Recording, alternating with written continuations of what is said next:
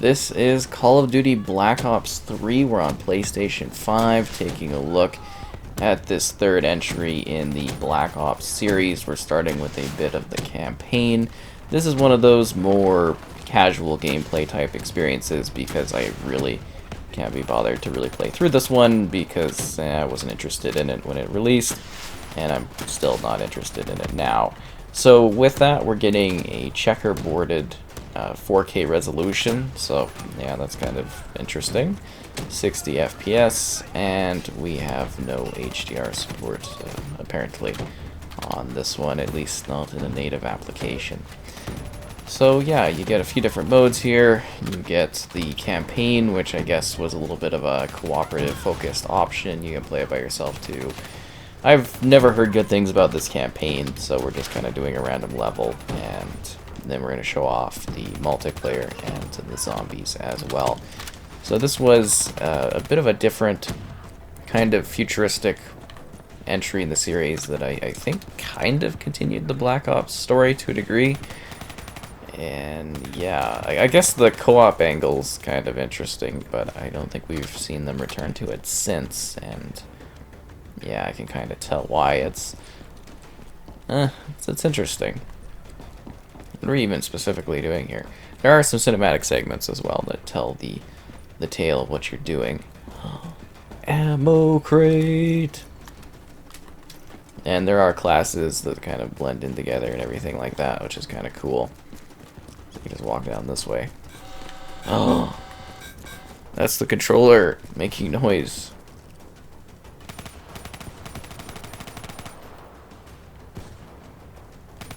I guess we gotta shoot these guys from this very awkward position here. Yeah, I would have expected the resolution to look a little bit sharper. I'm just kind of used to like a very sharp 4K image in Call of Duty games. You know, at least for the modern ones. Stop! Do you hear that? ASP, take cover. Draw its fire. It's a giant mech thing. Oh no.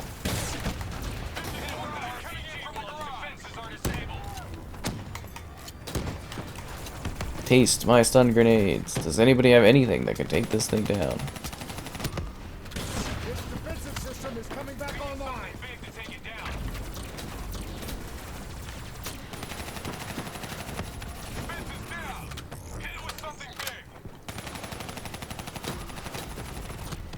With rockets. Yeah, let me just pull a rocket out of nowhere. Just run by this thing. Let me escape. I don't want to fight it.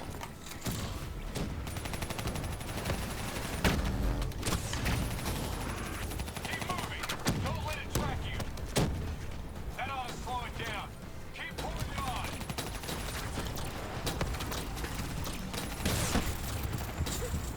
on. Oh, I've fallen and I can't get up. But yet I could still use my full gun and downed. That's interesting. I mean, why shouldn't you be able to? Who started this thing where you gotta be handheld, like, pistol when you're downed? Is this guy gonna be able to make it? Oh, we failed pretty badly there. Let's push to the safe house. Who's ready for this thing to smash through the wall again? Just kidding, we're gonna switch over to one of the more interesting modes. So this is the multiplayer portion of the experience, where you've got this kind of little awkward, you know, kind of pushing thingy where you can kind of do wall slide stuff. They were trying to get into the more futuristic stuff, like, I guess, Titanfall to a degree with a and yeah, it was an interesting era of Call of Duty action, needless to say, and the maps were kind of designed for it, not really. Why does the controller make noises like that? Oh, yay. But yeah, it was like, I don't know, it always felt really awkward in Call of Duty to have like this slight kind of wall running, because the maps were never really truly designed for that. Was that a bad guy that was going by, or just like a weird dummy thing? You know what I mean? Because like the maps clearly have like limits up above, and then you can only jump in certain spots up to elevation. Just totally bizarre to me, at least I always thought so, and it kind of made the combat really awkward. But yeah, it had some, you know, aesthetically neat maps with that futuristic style and setting. I remember this one from the beta.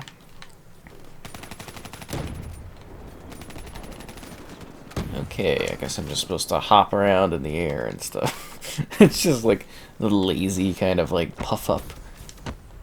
I really did not like it at all. It was super awkward, but you know, I'm glad we're kind of hopefully past this at this point. I don't know.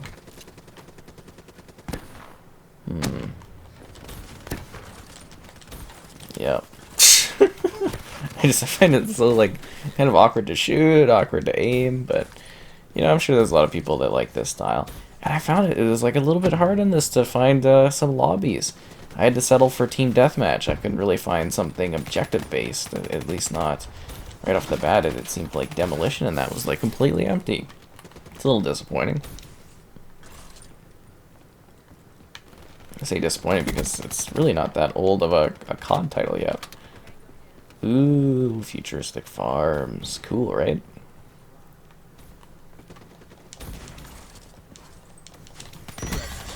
It's also weird that the maps aren't very, like, well, some of them aren't very large, it seems.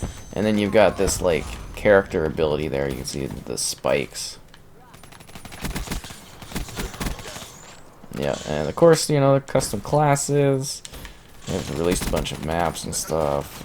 And, it's the multiplayer, right? You know, you just kind of see it in action, really. That's the big part of this. So I kind of like the objectives. Like, it gets people moving around, whereas deathmatch just seems like random chaos always. The lab. I just jumped over there and slashed me down. At least we got the cool power slide. It seems to become the default movement in the Call of Duty series. Power slide.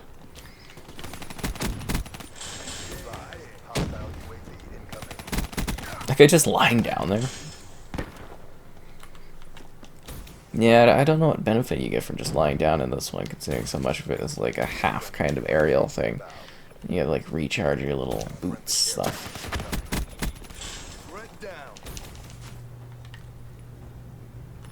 Yep. It shocked me down. I don't know really comments-wise what I have to say about the multiplayer here. I'm just not necessarily huge on it. It's why I actually, you know... Jeez, that's weird. It's why I skipped this one, basically, entirely when it released. The only reason I'm playing it is because it was part of the PlayStation Classics kind of thing, I guess. Otherwise, I just, like, you know, would have neglected it entirely. Because I've been reviewing and playing Call of Duty games pretty steady since, like, Call of Duty 3, I think, and this one just, like, really did not hold my interest. And I'm sorry if this is, like, a game you really like. It's just kind of my thoughts I'm putting on it while I'm kind of showing it off here. Ooh, jeez. I know I'm trying to use the gravity spikes controller. Thank you for reminding me.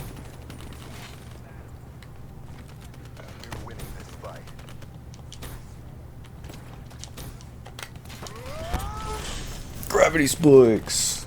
A little bit silly. It definitely, you can see where Black Ops 4 got a lot of its, like, general look from weapon-wise. Well, actually, you know what? Kind of reminds me a little bit of Black Ops 2's sort of futuristic type edge weapon-wise. It's got that, like, blocky sort of gun work. It's interesting. And I am actually kind of glad that this one did get, like, a pro upgrade, though, back in the day. Because, you know, usually older titles kind of get left behind. I assume it was given an upgrade due to the fact that it was a, you know, marketed on PlayStation title. That would make the most sense there. I thought I would show off just a bit of another match so you can see more of the multiplayer in action. And yeah, we got Stronghold voted in.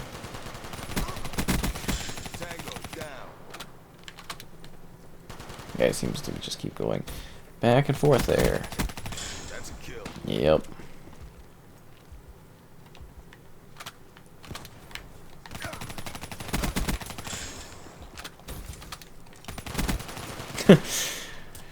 What a weird multiplayer style for movement. Is that like a Terminator thing? Wow. Can't have futuristic Call of Duty without a robot ripping your arms off, am I right? And kitchens have not changed much.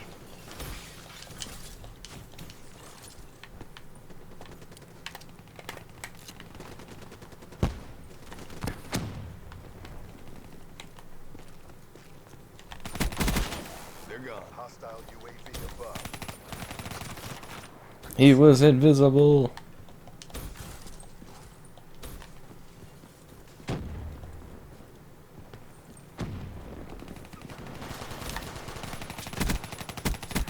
That's a kill.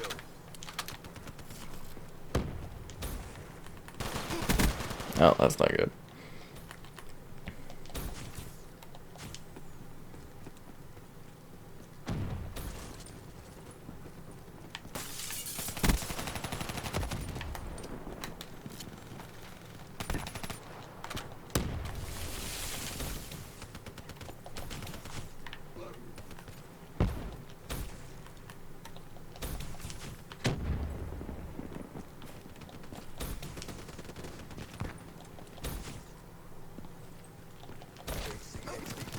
Anyways, that's the multiplayer. Let's switch over to zombies.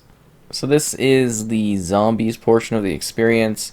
Within this, if you got a special version of the game, you could experience the classic zombie maps, but remastered to a degree. Now, we did have a group of 4 players, but it seems like 2 of them randomly vanished while trying to load into the match. Just like the previous match, where everybody disconnected before the match even started. So, yeah. That's kind of fantastic. We're just rolling with it. But as you can tell, they've really touched up the experiences of zombies. That's that classic map, you know, but improved. And they've got actually some real great hits in here, you know. They got like Nocturne Toten, they got like Verux, there's Moon. So they basically picked a bunch of maps that they thought kind of, I think, was part of the story or something, and then they threw them together here, which provides a fairly satisfying revamp. Actually, it looks weird to see it in this sort of like higher quality definition. It looks almost too clean, even though it's completely destroyed. What a weird feeling. But yeah, the game also has its own zombie maps too, so, you know, you can do those as well. And there's like a bubblegum system, and yeah, it's kind of at a point where I kind of dipped off the zombies a bit, because it started getting a little heavy on some weird story stuff, and yeah, a group of characters there, things like that, and you know, certainly an interesting sort of setup. Obviously, I know Kino der Toten quite well. You've probably seen it on the channel a couple times, because I quite enjoy what it has to offer. But yeah, we're continuing along, trying to get to the next areas. It's Mule Kick! What a classic. What is this? A Vesper on the wall. That's strange. Looks like the portraits have been updated. So the guy's probably like wondering, like, what am I doing here?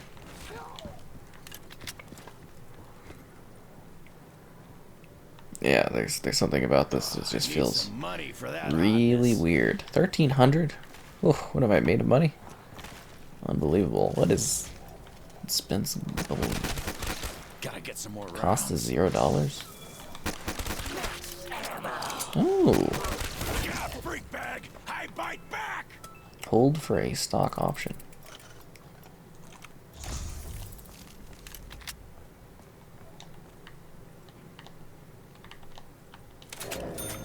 There we go. That looks like a nice clean gun. Oh, they made the bar look all fancy. You can actually see that there's different types of drinks you can have. They got some gin on the counter. I got some gin today. That was exciting. This is interesting. A lot more atmospheric, I guess.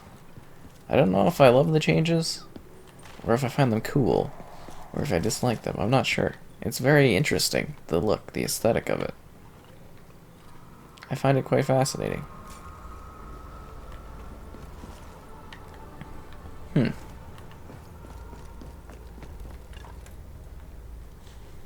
And behind the theater, to the mystery box. Ooh. Definitely wild time. Where are my claymores? Trip mine. What is this garbage? a big teddy bear.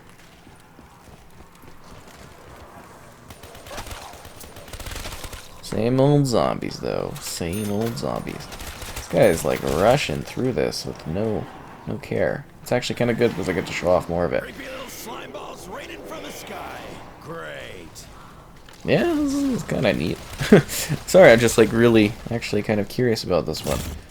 Death Machine. Which is kind of useless at this point in the game because there's not really anything to shoot at. I also find it a little harder to see the zombies in this one.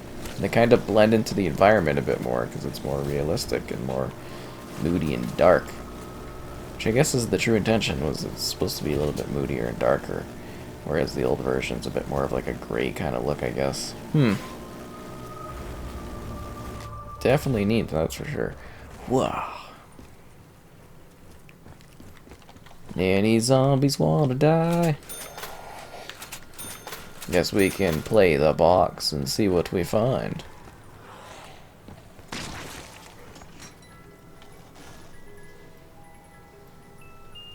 You know, it teased me with the ray gun, but it did not give me it. Coca-Cola. Dispense of gobble gum. Oh, well, that's an interestingly powerful gun. A little bit too interestingly powerful. Jeez. That zombie kind of fall apart halfway through this body awkwardly.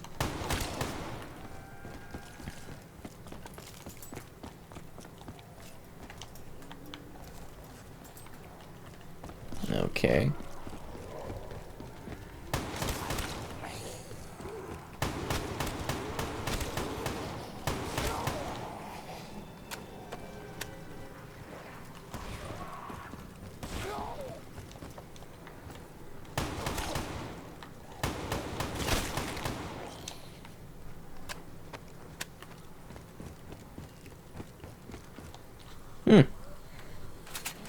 I'm genuinely kind of intrigued by this one.